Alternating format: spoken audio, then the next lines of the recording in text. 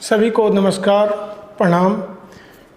मैं अमरेश कुमार मिश्रा आप लोगों के समक्ष सर्वधर्म समभाव हेतु सभी धर्मों की एकरूपता हेतु अपना कुछ विचार रखना चाह रहा हूँ और आप लोगों की इजाज़त लेकर के इस पे यह कहना चाहता हूँ कि संसार में जितने भी धर्म हैं और जितने भी प्रकार के पंथ हैं वो सब मानव कल्याण के लिए, मानवों के हित के लिए वो सामने आए हैं और प्रभु की मर्जी से ही सारे चीज़ होते आए हैं। जैसा कि आपको स्मरण है, अगर हम सनातन से शुरू करें तो सनातन धर्म में महान दार्शनिक श्री कृष्ण, आराध्य श्री कृष्ण के द्वारा स्पष्ट रूप से कहा गया है, प्रकृतेर क्रिया मानाने गुणे कर्माणि सर्वशः अहंकार विमूढ़ात्मा कर्ताहम इति मन्यते। सारा कार्य प्रकृति के द्वारा की जाती है। जो व्यक्ति अहंकारी होते हैं वह यह सोचते हैं कि सारा कार्य उनके द्वारा किया गया है, जो कि एक मिथ्या है, एक अहंकार है, जो उनके कैरेक्टर का एक नेगेटिव विश्लेषण हो सकता है, जो यह सोचता हो कि सारा कार्य मेरे द्वारा किया गया है। तो ठीक उसी प्रकार से जितने भी धर्मों का उद्भव हुआ, चाहे वो इस्राएल धर्म हो, चाहे पारसी हो, यहूदी हो, इस्लाम हो, सनातन हो, बौद्ध हो, सिंतो हो, कोई भी धर्म हो, सबके मूल में मानव कल्याण की भावनाएं ही रही हैं। कहीं भी अगर हम देखें, किसी के धर्म ग्रंथ की भी बात हम करें तो स्पष्ट रूप से पाते हैं कि मानवों के हित की ही बात की गई है। अगर हम इस्लाम की भी बात करें तो उसमें बिस्मिल्लाहिर्रहमानिर्रहीम, इसका मतलब है कि the God is Allah is most merciful and most powerful. वह सर्वाधिक दयालु और सर्वाधिक स्नेह से भरा हुआ है और वह सभी को माफ़ करता है। उसी प्रकार से आप अगर क्रिश्चियन रिलीजन में लें तो क्राइस्ट ने स्पष्ट रूप से व्यक्तियों में दयालुता, मानवता की भावना, साथ साथ यह स्पष्ट किया है कि किसी भी व्यक्ति को ह्यूमन सर्विस करने से उसके अच्छे कर्म का निर्माण होता है और अच्छे कर्मों के कारण वह ईश्वर का प्यारा होता है। सनातनियों ने तो स्पष्ट रूप से कहा ही है, संन्यासः कर्मयोगश्च निःश्रेयस्य सकराबुभौ तयोस्तु कर्म संन्यासात् कर्मयोगो विशिष्यते। गया साधित सन्यासी यो न अधिष्ठति न कांक्षति। तो जो ये कहा गया है कि जो व्यक्ति सन्यासी वही हैं जो कर्मयोगी हैं, जो कर्म के साथ लगातार लगे हुए हैं और जिनमें किसी प्रकार का किसी के लिए कोई द्वेष न हो। तो अगर हम पर्शियन रिलीजन को भी देखें तो वहाँ पर भी हिरमन और हुर मजदा, अच्छी और बुरी दो शक्तियाँ हैं, जिसमें सदैव अच्छी शक्तियों की जीत बताई गई है और अच्छी शक्तियों की जीत होने के कारण ही सभ्यता का पल्लवित होना, पुष्पित होना बताया गया है। तब यह बात आती है कि आखिर इस संसार में धर्म के नाम पर इतने ज़्यादा विवाद क्यों खड़े होते हैं। तो साथियों, मैं स्पष्ट रूप से कहना चाहता हूँ कि चाहे वो कोई भी हो, वो धर्म के मूल ज्ञान के अभाव में उनके द्वारा इन चीज़ों का इस प्रकार से कार्य किया जाता है जिससे विवाद की उत्पत्ति होती है। जो मरणशील मानव है, वो जिसका अस्तित्व खत्म होने वाला है और वह सदैव मोक्ष के आकांक्षी रहता है और इस दुनिया में विकास प्राप्त करके अपने पारलौकिक स्थिति को भी सुदृढ़ करना चाहता है, तो उसको सर्वप्रथम अपने धर्म का ज्ञान अवश्य है। कोई व्यक्ति सनातनी है तो उसको सनातन का ज्ञान होना चाहिए कि आखिर सनातन क्या कहता है। अब सनातन में बहुत सारे किताब हैं जिसमें बहुत सारी बातें लिखी हुई हैं, तो उन चीज़ों को हटा करके, चूँकि वो किसी भी धर्म में अगर आप जाएंगे तो बहुत सारी बातें ऐसी हैं जो समय और परिस्थिति के अनुसार लिखी गई थी और बहुत सारी बातें हाइपोथेटिकल भी हैं जो बाद के टीका और बाद के रूप में जोड़ा गया है। तो अब ये समझना होगा कि मानव तर्क लगा करके उन धर्मशास्त्रों को समझना होगा कि वो कहता क्या है और उसके अनुसार ही आपको कार्य करने होंगे। व्यक्ति की समानता, कोई भी व्यक्ति हो उसकी समानता, बंधुत्व, आपस में प्रेम, यह सभी धर्मों का मूल रहा है। मैं सभी धर्मों को इसलिए कह रहा हूँ कि भाई जितने भी धर्म हैं उसका अगर आप अध्ययन करेंगे तो आप ये पाएंगे कि वहाँ कहीं न कहीं व्यक्ति से संबंधित, सभ्यता से संबंधित उसका विकास कैसे हो, इस पर बार बार बल दिया गया है।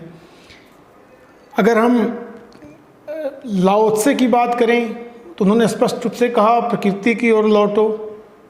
मानव ने जितना भी विकास किया, जटिलताओं का निर्माण किया, और जटिलताओं को निर्माण करते हुए जिस प्रकार से मकड़ी अपने जाल में फंस जाती है, उसी प्रकार से व्यक्ति फंस गया। तो उन्होंने स्पष्ट रूप से कहा कि अगर सुख शांति चाहते हो तो प्रकृति की ओर लौटो।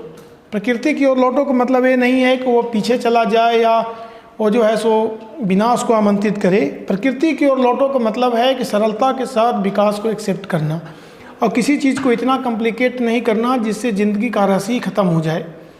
उसी प्रकार से भगवान बुद्ध ने स्पष्ट रूप से कहा कि कोई भी व्यक्ति कर्म से ही महान होता है। जो व्यक्ति जिस प्रकार का कर्म करता है उसी प्रकार का फल उसे प्राप्त होते हैं। जाति व्यवस्था का, वर्ण व्यवस्था का खंडन करते हुए उन्होंने स्पष्ट रूप से कहा कि गौ चराने वाले को हम गौ चराने वाला ही कहेंगे, व्यापार करने वाले को हम व्यापारी ही कहेंगे, और स्पष्ट रूप से जो सन्यासी हैं जिन्होंने सब कुछ को त्याग दिया है उनको हम सन्यासी कहेंगे जो विरक्त हो गए हैं। तो वो किसी भी जाति का हो सकता था, कोई भी हो सकता था। आप जानते हैं कि इस्लाम में भी जन्नत उन्हीं को बख्शा गया है जो त्यागी और बड़ा ही सात्विक जीवन व्यतीत किया करते थे।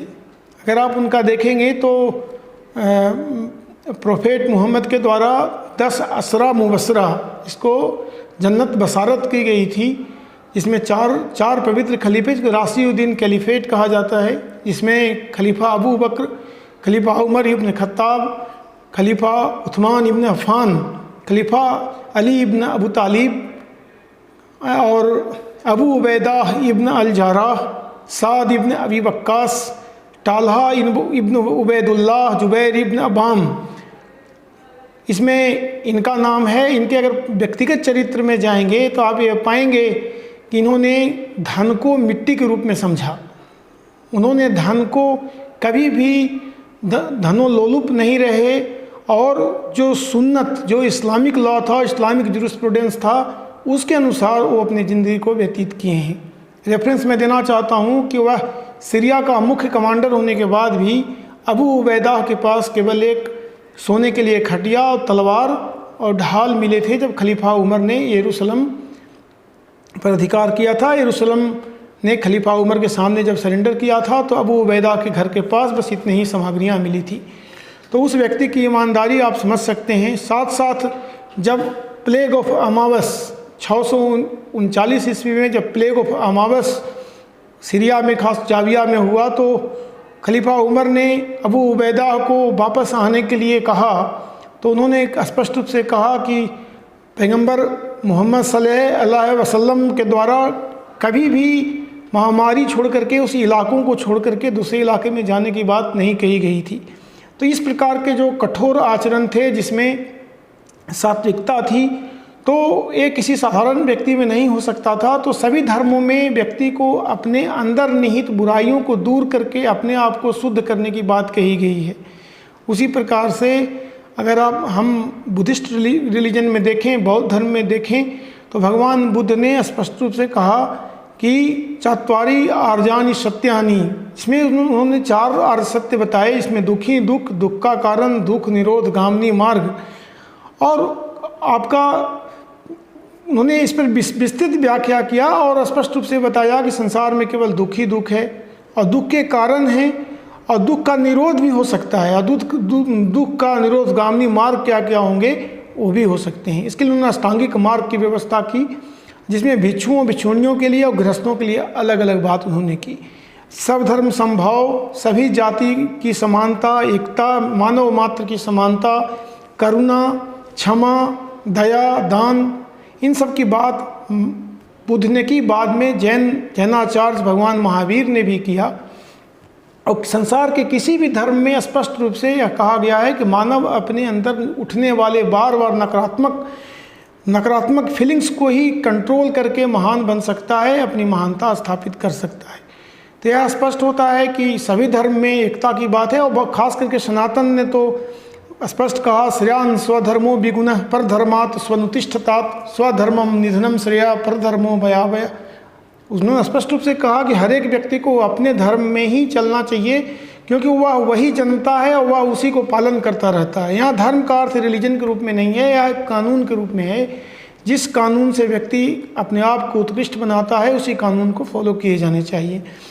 तो आज के युग में ज़रूरत है कि धर्मशास्त्रों का स्पष्ट रूप से तार्किक विश्लेषण किया जाए, मानव मात्र की समानता का उपदेश दिया जाए, और ख़ास करके नवयुवकों में आचार शास्त्र की व्याप्ति की जाए, आचार शास्त्र की शिक्षा दी जाए, और यह बताया जाए कि ये जितने भी व्यक्ति जनित यह जो जग है, संसार है, वह अस्थाई नहीं है, और इसका अस्थायित्व पाने के लिए जो निरंतर होड़ में है, इससे केवल उन्हें दुख की ही प्राप्ति होगी। तो स्पष्ट है कि जीवन में संतुलन बना करके चला जाए, संतुलन बना करके आगे बढ़ा जाए, और हर क्षेत्र में आगे बढ़ा जाए, और सभी मानव को एक समान मानते हुए मानव मात्र की समानता पर बल दिया जाए। धन्यवाद। आगे मैं पुनः धार्मिक चर्चा पर आप लोगों के समक्ष उपस्थित होऊंगा। तब तक के लिए आज्ञा दीजिए। नमस्कार।